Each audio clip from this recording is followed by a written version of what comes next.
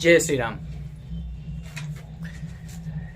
आपने कभी गौर किया है कि जितने बड़े आविष्कार हैं सब 17वीं 18वीं शताब्दी के बाद ही क्यों हुए हैं? मैं बताता हूँ। जब यहाँ अंग्रेज आए ना, तो सिर्फ हमारा धन ही लूट के नहीं ले गए, हमारी संस्कृति को लूट के ले गए हैं,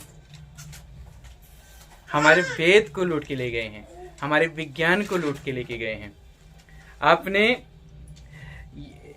आपने सुना होगा, यदि वेद पढ़ेंगे, शास्त्र पढ़ेंगे, तो आपको कई जगह उल्लेख मिल जाएगा विमान का, विद्युत का, ऐसे शब्द मिल जाएंगे आपको। विमान, विद्युत, अणु, परमाणु। तो जब ये अस्तित्व में रहे होंगे तब तो इनका उल्लेख है, और सारे हिंदी में मिल जाएंगे आपको। संस्कृत से जो एडजेक्टिव संस्कृत से लिए गए हैं। विमान का उल्लेख रामायण के समय में था। पुष्पक विमान में रावण चला करता था, वही पुष्पक विमान से राम जी अयोध्या वापस लौट के आए थे। तो तब से हमारे यहाँ विमान था, लेकिन हमको बताया क्या गया?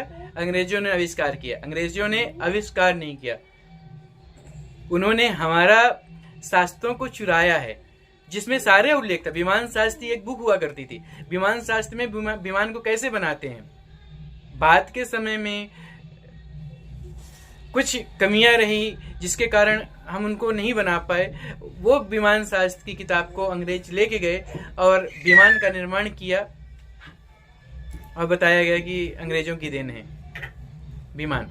विद्युत, आप पढ़ लीजिए, विद्युत का उल्लेख आपको मिल जाएगा। एटम, महाभारत काल में ऐसे ऐसे हथियार थे, एटम से जो इलेक्ट्रिसिटी, मतलब इसका सबका आपको वो मिल जाएगा। ये सब सारे शब्द मिल जाएंगे। आप रामचरित मानस का काकभूषणी का संवाद पढ़ लीजिए, उसमें सौरमंडल का ऐसा उल्लेख है जो आज के विज्ञान को चैलेंजिंग है। जो कहते हैं ना, विज्ञान में जाइए, धर्म में कुछ नहीं रखा। वो पहले धर्म को पढ़ें, उसके बाद उनको हकीकत पता चलेगी कि विज्ञान से ही धर्म निकल के आया हुआ है, मतलब धर्म से ही विज्ञान निकल के आई हुई है। वेद ही धर्म है, वेद ही विज्ञान है,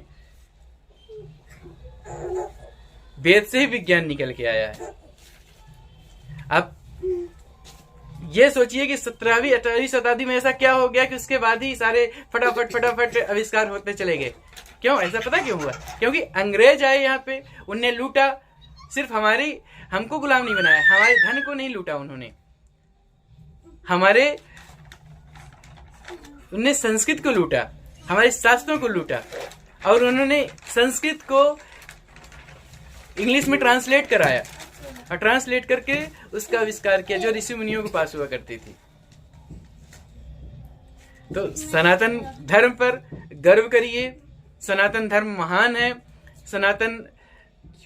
मैं फिर से किसी वीडियो में आपसे बोला था कि जब महाभारत की रचना हुई, तो महाभारत की रचना के बाद वेदव्यास ने कह दिया था कि जो आपको महाभारत में नहीं मिलेगी वो कहीं पे भी नहीं मिलेगी, जो वेद में नहीं मिलेगा वो कहीं नहीं मिलेगा। एक बात बताइए, आप घर पे पूजा करवाते होंगे, जनरली सब आपके यहाँ पंडित आते होंगे, पंडित जी आते होंगे, पूजा करवाते होंगे, और वो सौरमंडल का निर्माण करते हैं। कई हजारों साल से इसका निर्माण होता है। सूर्य बीच में रहता है और सूर्य के चारों तरफ उसके 8 ग्रह रहते हैं। ऐसा कब से चल रहा है, लेकिन हमको बताया गया नहीं, इसका आविष्कार बाद में हुआ है, अंग्रेजों ने किया है। ये हमारे अंदर ठूस ठूस के भर दी गई। इसलिए अपने बच्चों को गुरुकुल भेजिए, वेद पढ़ाइए, जिससे पीढ़ी दर पीढ़ी हमारी संस्कृति स्थानांतरित होती रहे, और हम अपने महान धर्म के बारे में, महान हिंदू धर्म के बारे में जान सकें। और जो भ्रांतियां हैं कि धर्म खाने को नहीं देगा, ऐसा आज के नवयुवक के दिमाग में भरा जाता है कि धर्म खाने को नहीं देगा, धर्म में कुछ नहीं रखा। उनको ये एहसास दिलवाइए कि धर्म में ही सारी शांति का आखिरी उपाय हिंदुत्व है।